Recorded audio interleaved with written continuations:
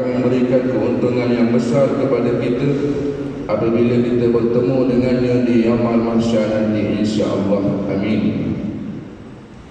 Di dalam sebuah hadis Nabi SAW pernah bersabda, kata Nabi, la salata liman lam yaqra bi fatihatil kitab, atau kama qala Nabi SAW. Maksudnya, tiada solat bagi mereka yang tidak membaca surah Al-Fatihah di dalam sembahyangnya. Al-Imam Syafi'i rahimahullah ta'ala mentafsirkan hadis ini,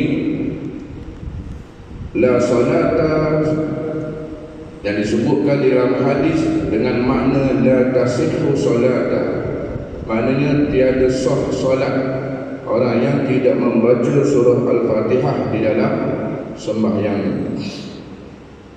Jadi saya rasa perkara ni kita semua maklum. Saya berani katakan di sini hampir 99.9% tahu bahawa membaca surah Al-Fatihah di dalam sembahyang merupakan satu perkara yang wajib, satu perkara yang menjadi rukun daripada beberapa rukun-rukun sembahyang. Dan di sana juga ada beberapa lagi bacaan yang juga merupakan kewajipan untuk kita baca di dalam sembahyang, yang dinamakan dia sebagai rukun qauli. Dia ada berapa rukun qauli dalam sembahyang? Kalau tanya yang ni, peratusan dia turun sikit. Daripada 99.9% tu dia mungkin turun kepada 70%. Ada 5 rukun qauli dalam sembahyang. Maknanya ada 5 bacaan yang wajib kita baca dalam sembahyang kita. Yang pertamanya lafaz takbiratul ihram. Yang keduanya membaca surah Al-Fatihah. Yang ketiganya membaca tasyahud akhir ataupun tahiyat akhir.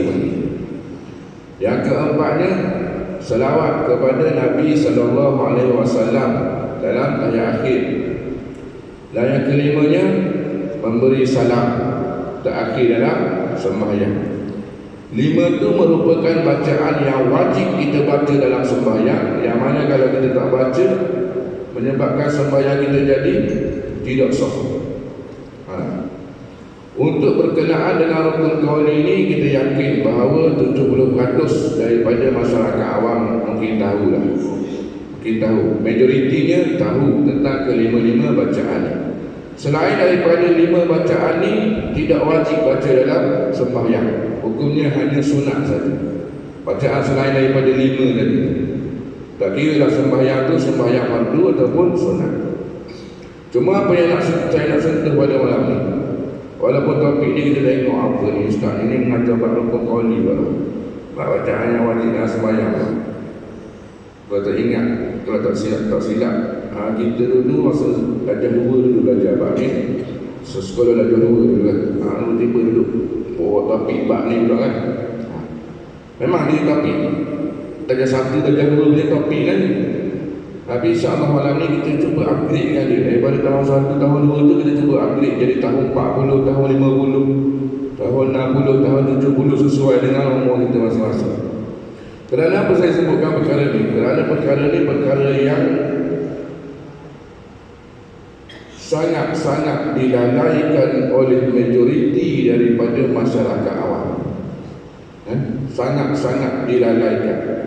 Yang mana kelalaian tentang perkara ini dia akan membawa kepada kebinasaan kepada kita, yakni kebinasaan hidup di dunia, apatah lagi kebinasaan hidup di negeri akhirat. Walaupun benda ni kita pandang remeh-temeh, pandang benda ni perkara yang ala topik kanak-kanak, tapi perkara ni lah yang apa yang berlaku dalam masyarakat kita sekarang, realitinya yang berlaku pada masyarakat awam kita sekarang ni, perkara ni lah yang membuatkan ramainya orang tak sah sembahyang. Perkara ni dah yang membuatkan ramai orang yang tidak sah sembahyang. Berkenaan dengan rukun qauli ini, 5 perkara tadi, kita boleh katakan majoriti masyarakat kita tahu. Cumanya yang ramai terlepas pandang ialah bagaimanakah cara pelaksanaan yang tepat yang dikehendaki oleh syarak, yang dikehendaki oleh fiqh, supaya bacaan-bacaan yang kita baca tadi itu dia diterima di sisi syariat kita, di sisi syarak kita, dan dia sekaligus dapat berfungsi untuk sahkan sembahyang kita. Yang ni yang ramai terlepas pandang.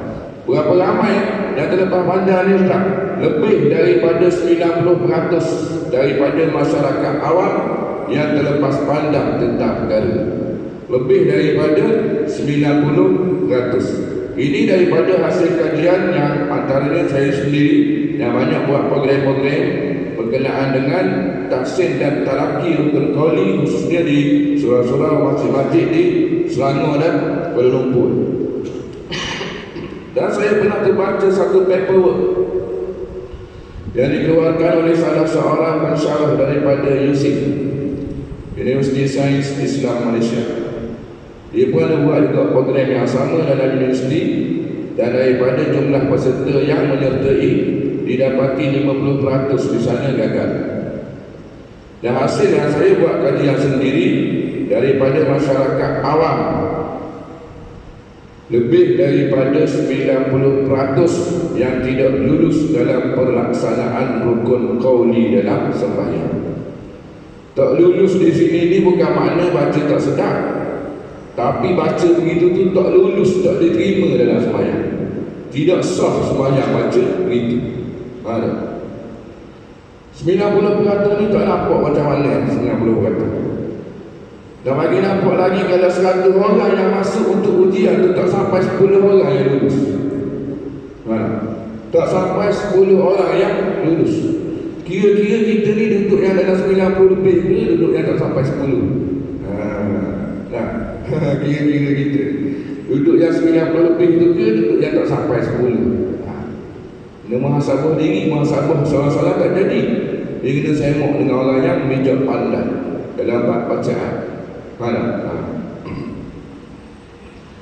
Di dalam kitab Hidayatus Sibyan, suatu kitab fiqh Jawi yang masyhur di alam Nusantara, di sana disebutkan bahawa pada tiap-tiap rukun sembahyang ada syarat sahnya yang tersendiri.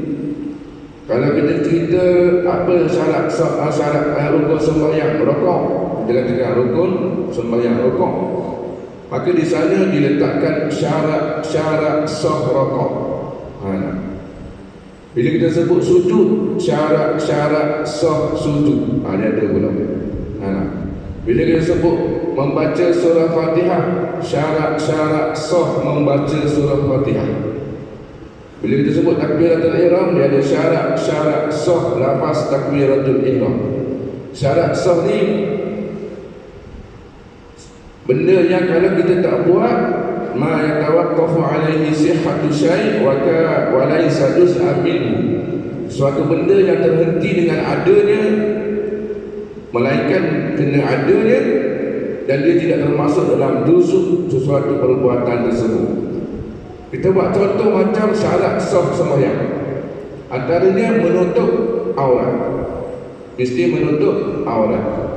Kalau kita langgar syarat sah sembahyang, walaupun kita lakukan ke-13 rukun sembahyang, solat kita tetap tidak sah juga. Kenapa? Kerana kita langgar syarat sah dia. Antaranya lagi suci daripada najis, syarat sah sembahyang. Yang itu tak ada dalam rukun 13 tu, itu syarat sah dia panggil. Andai kata rukun 13 kita buat baik, sujud lamanya, sujud dalam setengah jam satu sujud. Rakaat pertama baca surah Al-Baqarah, rakaat kedua surah Ali Imran, panjang. Rupanya tadi ni kecil tak basuh tadi sembahyang. Kecil tadi tak basuh, lupa nak basuh. Sah tak sembahyang ni? Tetap tidak sah juga. Kenapa?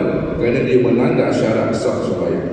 Begitu juga bagi setiap rukun-rukun sembahyang, dia ada syarat sah dia dulu. Kalau kita sebut takbiratul ihram, ada syarat sah takbiratul ihram, yang mana kalau kita langgar, tidak sah takbiratul ihram kita. Bila tidak sah takbiratul ihram, tak sah sembahyang kita. Dan dalam kitab Hidayatus Sibyan itu disebut bahawa syarat sah lafaz takbiratul ihram rukun qauli yang pertama itu ada 21 syarat. Ada 21 syarat. Nampak tak? Bingung kita fikir apa benda lah 21 ni kan. Selama ni kita duduk sebut je kan, Allahu Akbar, itu je lah kan. Tapi dalam kitab sebut 21 apa benda ni. Hari ni saya nak sebut 2 saja daripada 21. 2 tu pun kalau sempat, saya rasa sempat 1 je kot. Kita isyak berhenti kan, isyak tu berhenti kan, ada masa tambahan kan. Okay. Antara banyak-banyak cara sah takbiratul ihram tu, kalau nak sentuh 21 lah, 1 cukup lah ni, yang sering dilalaikan oleh masyarakat itu. Wajiblah lafaz takbiratul ihram itu diucapkan secara berlafaz lagi bersuara. Itu antara syaratnya. Antara 21 tu salah satunya itu. Wajib diucapkan dengan berlafaz lagi bersuara. Lafaz ni mesti sebut dan mengeluarkan suara.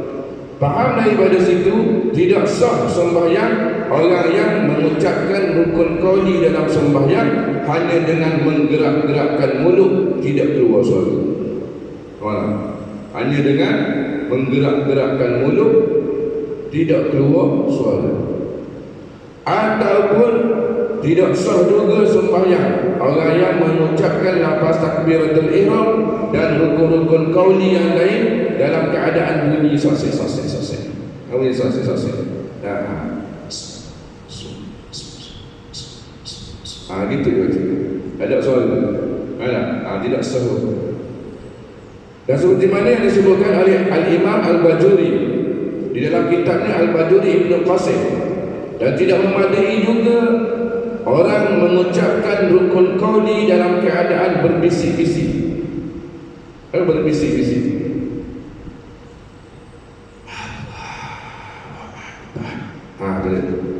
Berbisik-bisik. Nampak? Waktu baca Fatihah,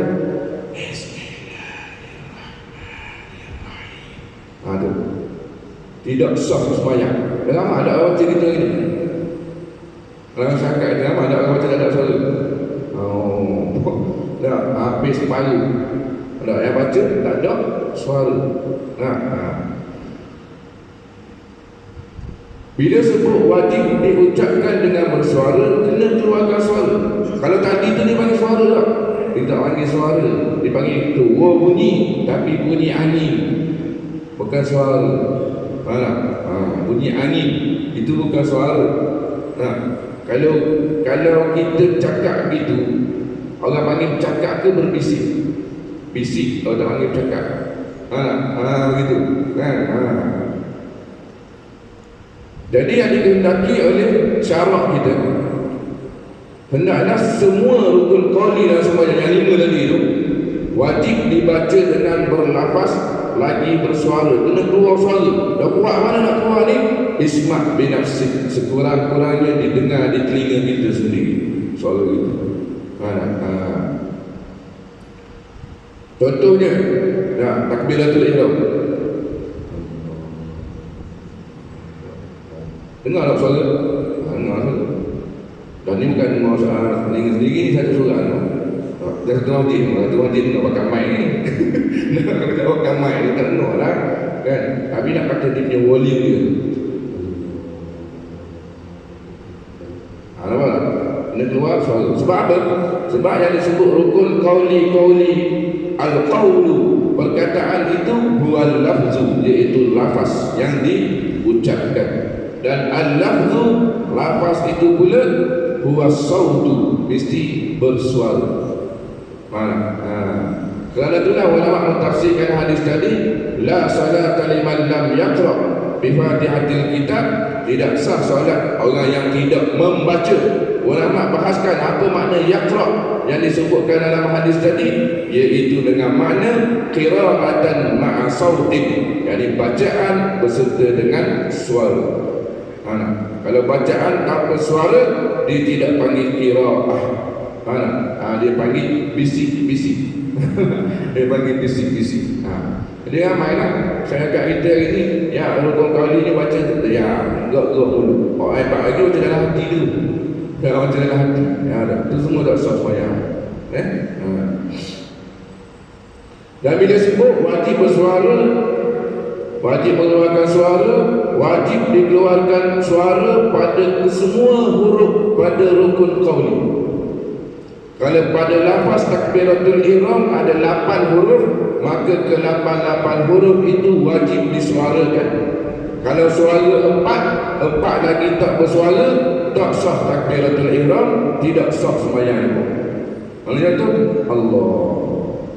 Allah dia yang bunyi ni. Akbar ni tak bunyi.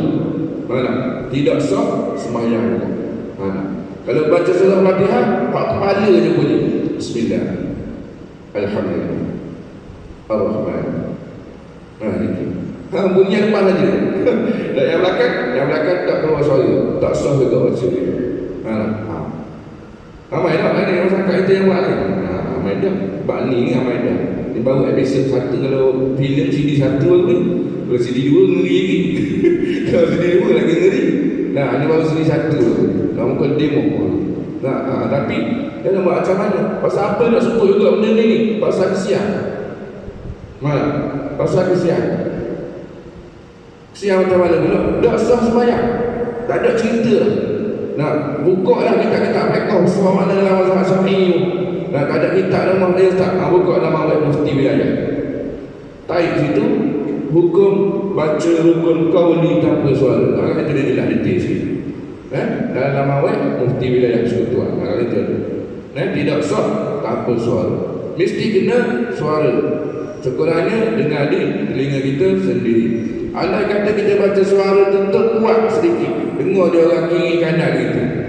Dengar dia orang kiri kanan gitu. Hukum ni harus lagi, tak salah lagi. Sebab apa? Sebab telinga kita ni dengan telinga Rasulullah ni tak jauh jarak ni. Susah kita nak kontrol. Biar betul-betul sampai di sini je suara, tak sampai ke telinga Rasulullah. Susah nak kontrol gitu. Habis sekiranya didengar oleh selang seorang daripada kita, orang pertama, orang kedua pun dengar juga kita baca. Kuat lah sikit, volume dia dah lebih lalu. Hukum ni dah jadi makruh lah. Makruh kerana sedikit gangguan. Tapi sampai dia dengar oleh orang ketiga pula. 1, 2, 3, orang ketiga pun dengar juga dia baca. Habis tu lagi dia duduk sah pertama, sah ke 10 pun dengar dia baca. Ada juga begitu. Hukumnya dah jadi haram kerana mengganggu orang dan lebih hak, lebih batasan. Melampaui batas dia bagi. Haram kerana melampaui batas sampai tahap mengganggu orang. Cuma lebihnya, sekalipun haram, solatnya tetap sah sebab dia baca bersuara. Berbeza dengan kawan ni tak ganggu orang senyap dia. Nak gerak mulu dia. Gerak mulu saja. Tak ada keluar suara langsung. Tak ganggu orang, tak haram. Atas sebab mengganggu orang tu tidak dia. Tapi sembahyang tidak sah. Kenapa? Baca tanpa suara. Nampak? Mana kata rukun qauli, bacaan-bacaan dalam sembahyang ni dia ada peraturan dia, dia ada kaedah cara baca dia yang agama kita dah tetapkan. Bukan kita boleh baca ikut sekati kita je nak baca macam mana. Dalam kitab fiqh sebut, dan wajib ke atas orang yang bisu menggerak-gerakkan bibir mulutnya ketika mana membaca rukun qauli. Orang bisu dah nak keluar suara macam mana, suara tak ada. Kena gerak bibir. Kena menggerak bibir. Dan kita bisu tau. Kita tak bisu. Kalau bila kita tak bisu ni, wajib kena keluarkan suara. Baik laki-laki, baik perempuan, baik solat sunat, baik solat fardu, semua sama tu.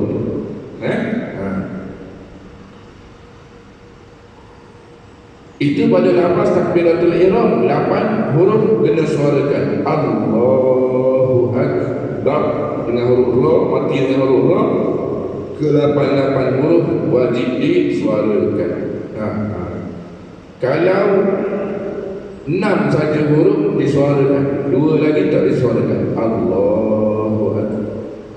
Bab ni tak suara disebut tapi tak suara, tak sah juga takbiratul ihram. Bila tak sah takbiratul ihram, dia tidak sembahyang pun pada hakikat.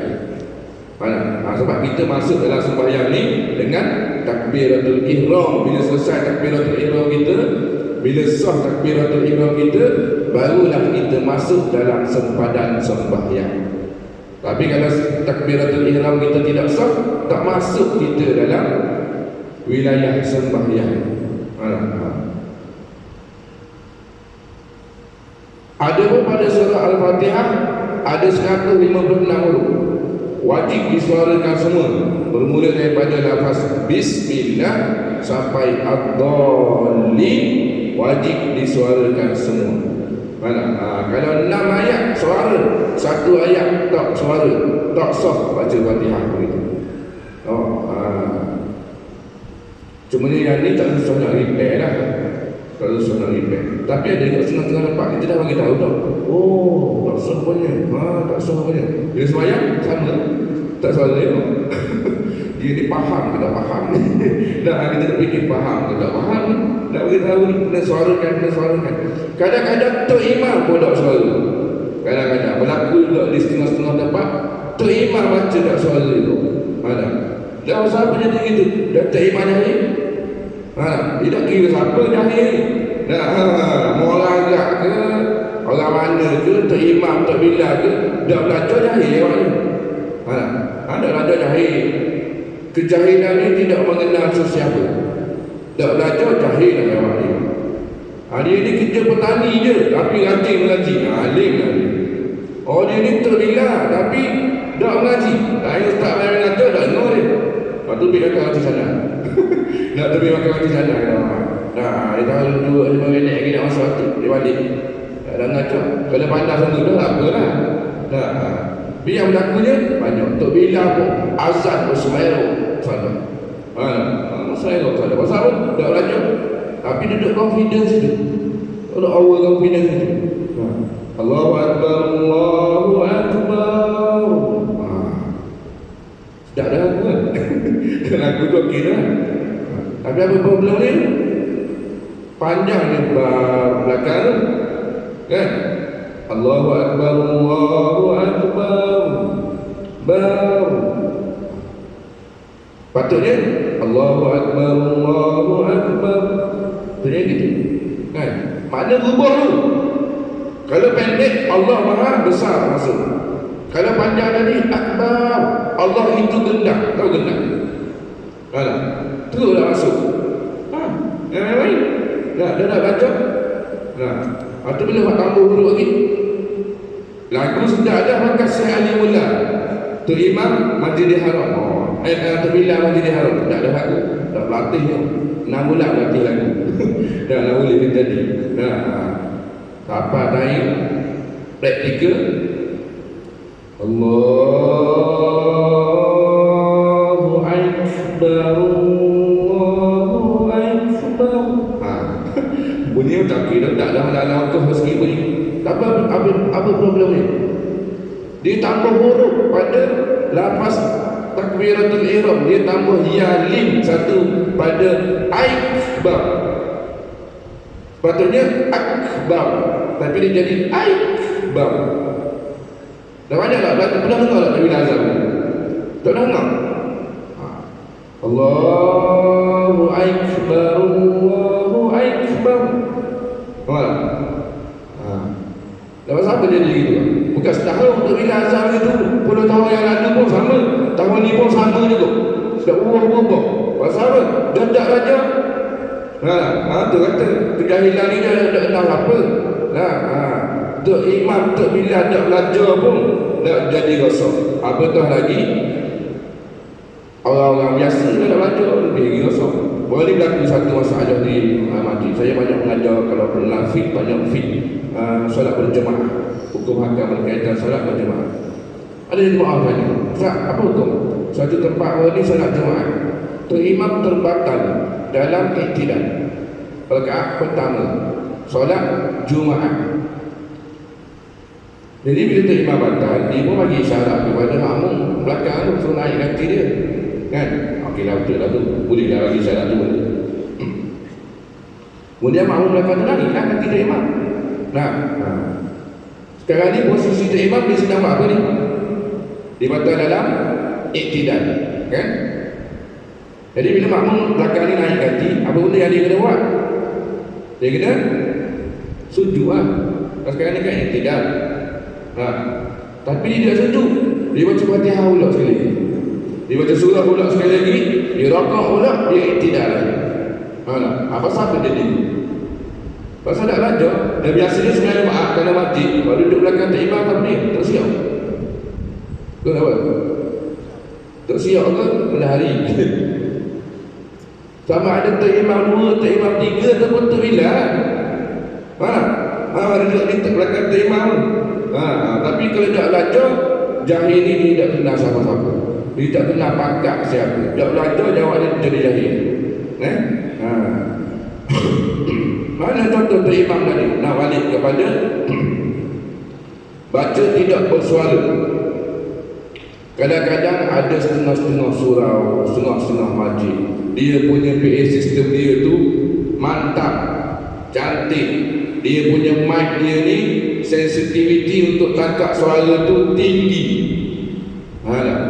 Jadi oleh kerana tinggi, macam mana kamu baca dalam sembahyang? Bila mana bacaan yang perlahan, solat zuhur, asar ataupun rakaat ketiga dan keempat, siapa tak bunyi suara langsung dekat speaker?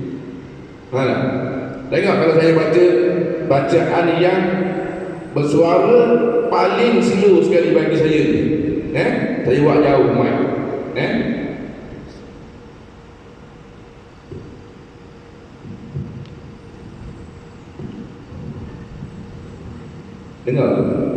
dengar boleh. Pasal apa? Pasal suara bila dia keluar daripada mulut kita ni, kan kita wajib baca sekurangnya dengar di telinga sendiri. Dia nak pergi ke telinga ni, dia akan lalu ke mic depan ni dulu. Macam mana boleh tak bunyi kamu baca? Kecuali dia buat jam, kan mereka tu lain cerita. Itu lain. Ni mic ni depan mulut. Cerita cantik tapi ni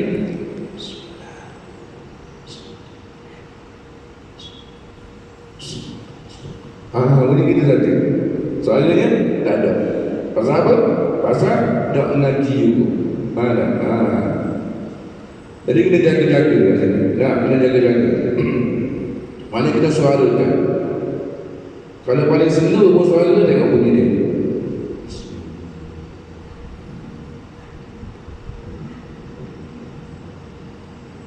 Dengar. Mic ni takkan tiba-tiba suara keluar. Dia patut dia pukul kot tepi ni gigi kot telinga kita akan itu. Dia akan bunyi lah sikit. Kalau rasa tak nak mengganggu sangat bunyi, jauhkan dia. Jauhkan dia sikit. Dia tak kira lah alasan apa mic ke apa depan mulut ke. Wajib guna suarakan. Sebab kalau tak suara dia tak bagi baca. Kalau tak suara dia tak bagi baca. Yaqra' dan itu yang disebutkan dalam hadis tu, maknanya qira'atan ma'a sautin, bacaan beserta dengan suara. Masa kita kahwin dulu, salah satu daripada rukun nikah kita dulu apa? Rasanya tak berhenti tanya sebelum makan nikah kan. Tak boleh sekarang ni nakal-nakal sikit. Dia tanya ke pengantin tu sebelum kahwin tu hafal, punya hafal kan. Salah satu daripada 5 rukun. Ada pengantin lelaki, pengantin perempuan, 2 saksi, wali, dan yang kelima sirah, akad, lafaz, ijab dan qabul. Lafaz, ijab dan qabul. Pasal apa disebut lafaz? Sebab kena cakap, kena bersuara, bisik tak boleh, tak sah. Boleh tak kalau kita nikah, bukan nikah yang akan datang. Dan nikah yang akan datang. Katakanlah kalau kita nak nikah bulan, katakan tiba-tiba tak kalau dia buat akad itu, wahai haji fulan, bin Haji Fulan. Tak boleh kan?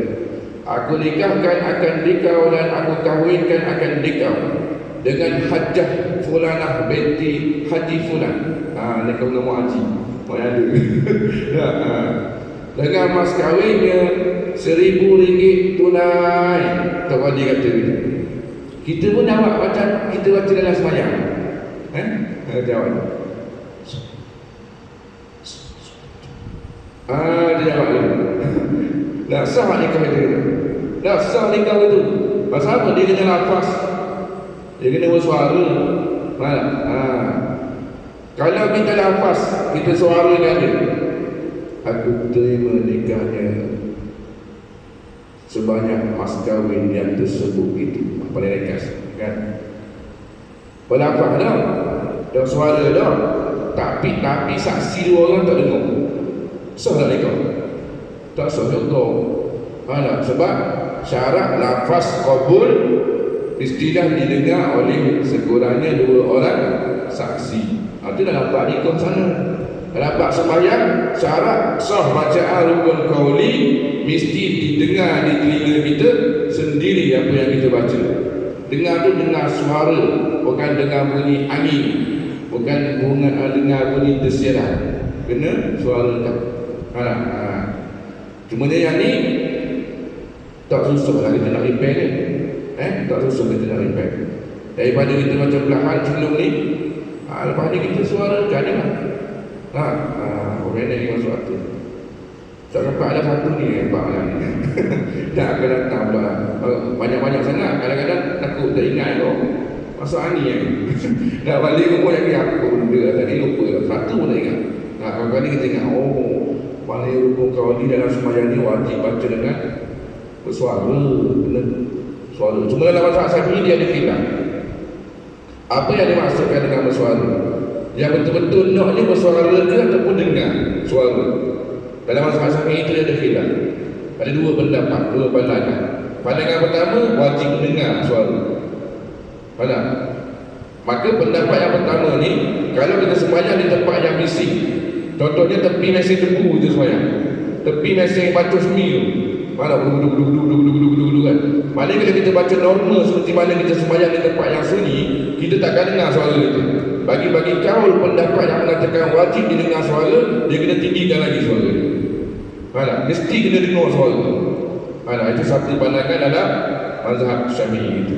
Cuma pandangan ni pandangan tidak muktamad. Pandangan yang muktamadnya wajib mengeluarkan suara sekira-kira kalau kita sembahyang di tempat yang normal, kita dah boleh dengar lah suara tu. Tiba-tiba kita sembahyang di tempat yang bising, oleh kerana ada mesin yang sangat bising, jadi tak dengar suara kita. Sah dah baca kita. Tapi dengan syarat mesti kena keluar suara. Kalau tak keluar suara, memang tak sah. Dan sembahyang yang lalu-lalu tu, kalau apa ni kita baca tanpa suara macam mana? Jawabnya tak sah. Tidak ada kompromi. Cumanya yang ada perselisihan dalam mazhab kita Syafi'i, bagaimanakah solat-solat kita yang lalu tu yang salah dengan sebab bacaan-bacaan dalam sembahyang tu yang menyebabkan dia tidak sah tu, wajib diqada ataupun tidak. Yang ni ada khilaf dalam mazhab kita Syafi'i. Ada pendapat yang majoriti jumhur ulama, jumhur fuqaha dalam Syafi'iyah mengatakan ya wajib diqada. Dekret gitu. Kata benda remeh-remeh dia tak libat lah dia tu rasa macam tapi dah kali bila dah ni baru masuk tahap 20 dah tahun 20 dah yang tahun 40 tahun 60 tu itu sini dulu dah chapter dulu dan itu lebih ngeri lagi sebenarnya. Jangan saya kata lebih daripada 90% tua dulu tu bukan bab ni, bab yang kedua. Dan bab ni yang susah dibeki. Kenapa? Kerana syaitan pagar kita daripada kita beki. Syaitan tak bagi kita beki. Bab yang ni senang. Sebab apa? Kalau daripada kita tak suarakan, kita suarakan je lah. Apa susahnya? Kan? Buatkanlah sedikit kita punya volume, kita punya suara. Selesai lah salah. Bab yang kedua ni, Orang nak gitu, susah kadang-kadang tak ada masa tambahan ni, nak kena tengok jam lalu. Orang nak dua ini. Bab yang poin yang kedua ni syarat sah. Yang kedua ni dia sebut secara umum yang banyak dan sering dilakukan oleh masyarakat itu. Yang 90% ni tak dulu ni, lebih daripada 90%, ialah wajiblah bagi semua rukun qauli yang kita baca dalam sembahyang tu. 5 benda yang saya sebutkan tadi tu. Wajib dijaga segala hak-hak hurufnya, segala hak-hak makhraj hurufnya wajib dijaga semua, daripada takbiratul ihram, Fatihah, tahiyat akhir, selawat, salam. Satu huruf saja sebut salah dalam keadaan kita tak belajar, kita tak usaha sungguh-sungguh untuk berbetulkan, tak sah sembahyang. Ini yang berat ni. Ini yang berat. Dan hasil daripada apa yang kita buat itu hari, ada satu tempat tu surau solat Jumaat besar surau ni. Malam tu sempat 12 orang lelaki, 3 imam, 1 bilal, 8 makmum biasa. Dan daripada 12 orang yang masuk, lelaki seorang-seorang dia baca takbir, Fatihah, tahiyat akhir, selawat, salam, seorang-seorang datang baca. Daripada 12 orang yang masuk malam tu, seorang saja yang lulus. Seorang saja yang lulus. Siapa dulu? Tok Bilal. Dr. Imam, 3-3 tak lulus bacaan tahiyat akhir. Nampak tak? Kritikal keadaan masyarakat kita sekarang. Kritikal. Sebab Tok Bilal tu rupanya dia orang tu dah boleh belajar pondok dulu. Tok Bilal kat pondok dia tidak asing program begini. Kita ni oleh kerana asing sangat program-program begini tidak dideduhkan di masyarakat kita.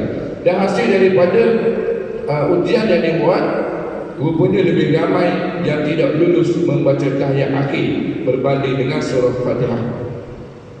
Lebih ramai yang tak lulus baca tahiyat akhir berbanding dengan surah Fatihah. Kerana apa? Kerana program betulkan surah Fatihah ni dia banyak.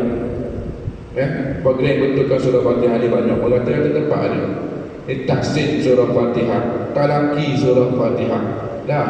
Banyak. Tapi ada tak kita dengar program talaki bacaan tahiyat akhir? Tak ada. Betul tu.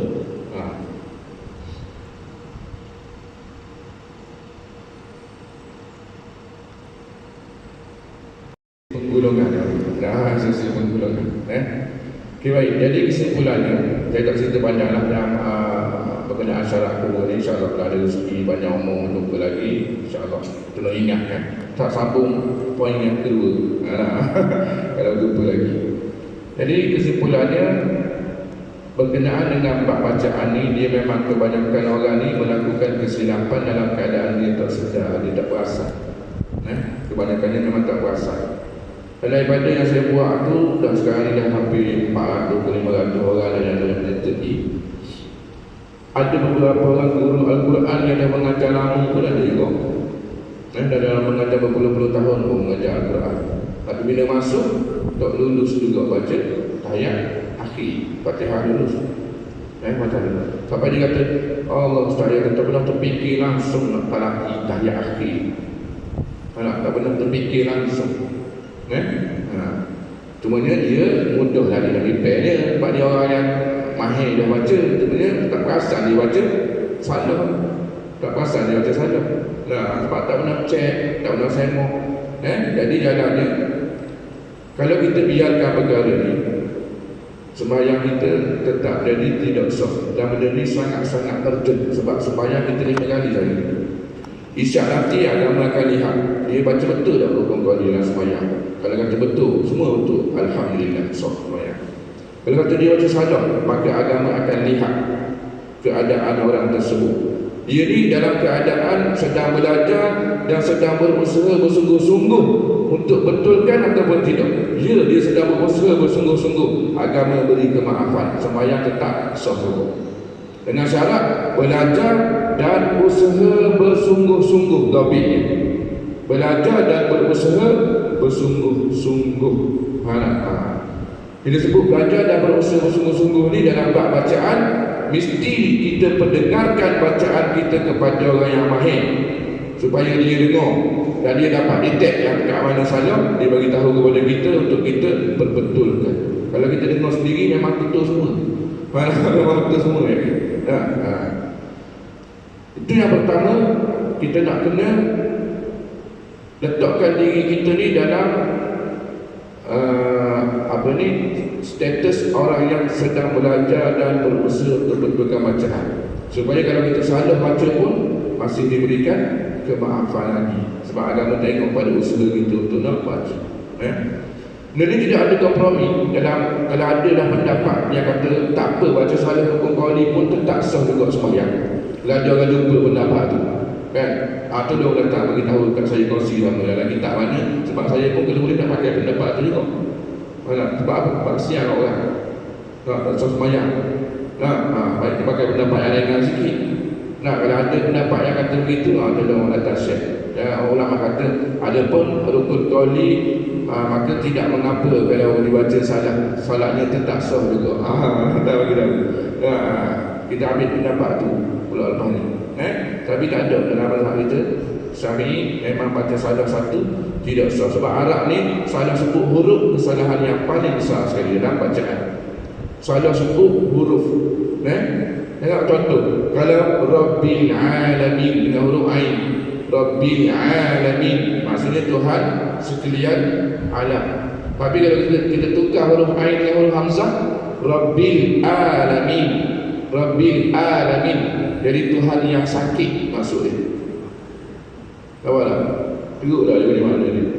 Kalau kita baca yang depan tu huruf Ha tu dengan habdas, Alhamdu, Alhamdu dengan habdas kita bagi kan, maksudnya segala puji bagi Allah. Tapi kalau kita baca dengan ha simpul, tak ada pedas, salah langsung kat situ. Alhamdu, Alhamdu maksudnya kebinasaan bagi Allah. Dan kalau kita baca begitu, kira-kira sah tak semayang kita? Baca begitu tak sah semayang.